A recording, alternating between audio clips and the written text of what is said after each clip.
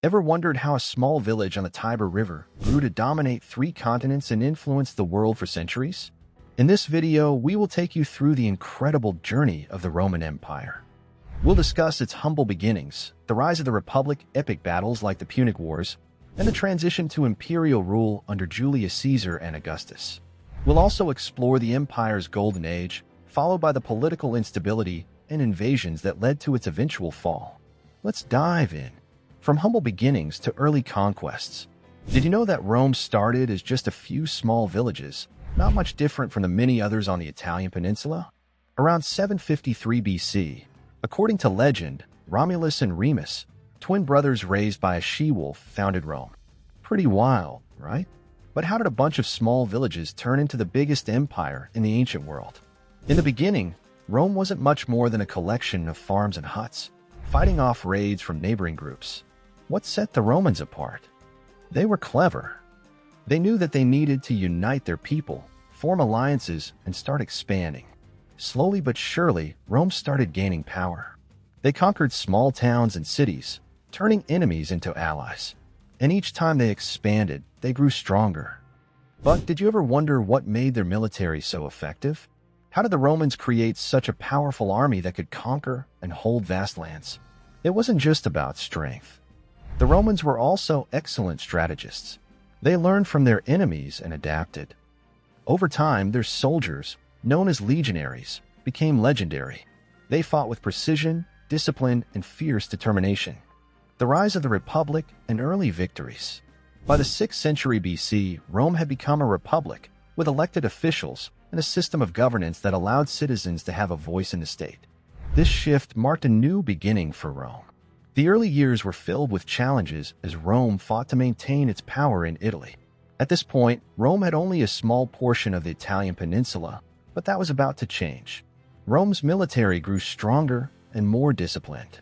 They fought the Samnites, a powerful tribe to the south, throughout 3 wars. It took nearly 50 years, but eventually Rome conquered most of Italy. The Romans were now the dominant force in the region, and they had started to build something truly powerful. Their legions were feared by their enemies, and their strategies were admired by many. But even with all this success, Rome faced constant internal struggles. The gap between the rich and the poor grew wider, leading to tension. The wealthy patricians controlled most of the power, while the plebeians, the common people, had very little influence. This inequality led to several political reforms, including the creation of the first written law code in 450 BC.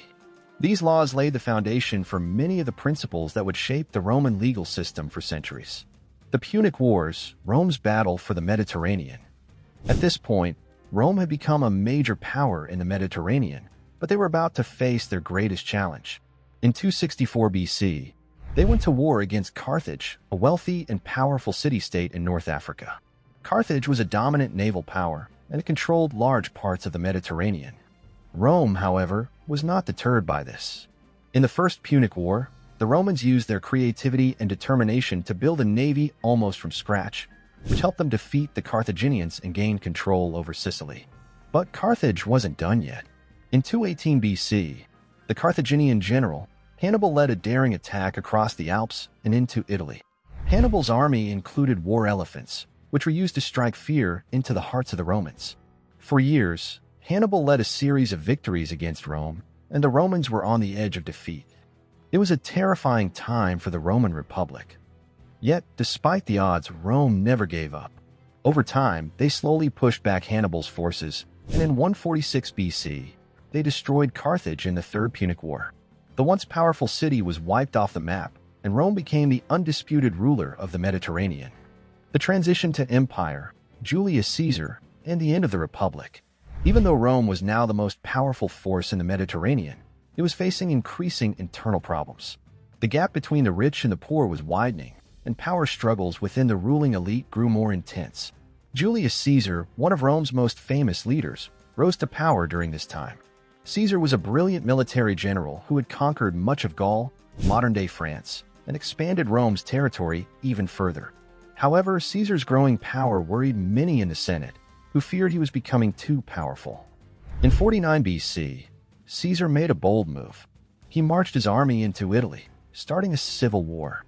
After several years of fighting, Caesar emerged victorious and was named dictator for life in 44 BC. But his reign was short-lived. Just a year later, Caesar was assassinated by a group of senators, leading to even more chaos and conflict in Rome. Following Caesar's death, his adopted son Octavian, later Augustus, emerged as the new leader. He became the first emperor of Rome in 27 BC, marking the end of the Roman Republic. Augustus was a master at consolidating power, and under his rule, Rome entered a period of relative peace and stability known as the Pax Romana. The Pax Romana, Rome at its height. Under Augustus and his successors, the Roman Empire expanded even further. The empire now stretched across Europe, North Africa, and parts of Asia. Rome's influence was felt everywhere. Augustus built roads, aqueducts, and public buildings, making the empire's infrastructure stronger than ever before.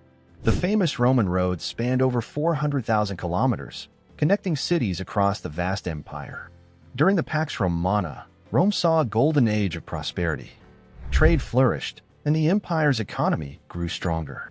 But even during this time of peace, there were still revolts and wars to manage in the far reaches of the empire. Rome's military remained a powerful force, and its legions were always ready to protect the empire's borders. Rome's emperors like Trajan and Hadrian expanded the empire to its largest size, with Hadrian building a famous wall in Britain to protect the empire's northernmost territories. However, not all emperors were as capable as Augustus. Some, like Caligula and Nero, were known for their cruelty and misrule. The empire struggled through periods of bad leadership, but it still managed to endure. It was clear that the empire had grown so large that it was difficult to maintain control over every part of it. The fall of the Roman Empire, political instability, and barbarian invasions. By the 3rd century AD, the Roman Empire began to experience significant political instability. Emperors were overthrown, and power shifted constantly.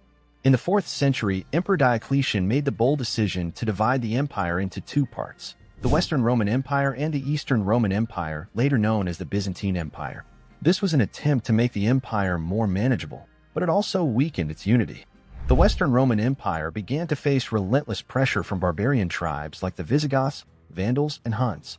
In 410 AD, the Visigoths sacked Rome, and in 455 AD, the Vandals did the same.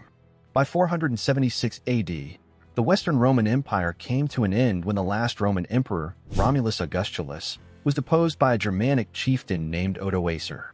While the Western Roman Empire fell, the Eastern Roman Empire continued for another 1,000 years. The Byzantines preserved many aspects of Roman culture and government, and they managed to hold on to power for centuries before finally falling to the Ottoman Empire in 1453. The legacy of Rome. Though the Roman Empire has long been gone, its legacy lives on. From roads to aqueducts, from architecture to law, the Romans left behind an incredible legacy that continues to influence the world today. The Latin language formed the basis of many modern languages, and Roman law has influenced legal systems around the world. Rome's architectural feats, such as the Colosseum and the Roman Forum, still stand today as symbols of the empire's power and ingenuity. And let's not forget that the Romans developed a sophisticated system of government and infrastructure that many modern societies still look to as a model. The rise and fall of the Roman Empire is one of the most captivating stories in history. It's a tale of military conquest, political intrigue, and cultural advancement. Rome went from a small village to the most powerful empire in the ancient world, and its influence continues to shape our world today. From their famous legions to their monumental achievements in law and architecture, the Romans left a lasting impact on civilization. If you enjoyed learning about the rise and fall of the Roman Empire, don't forget to like, share, and subscribe for more fascinating stories from history.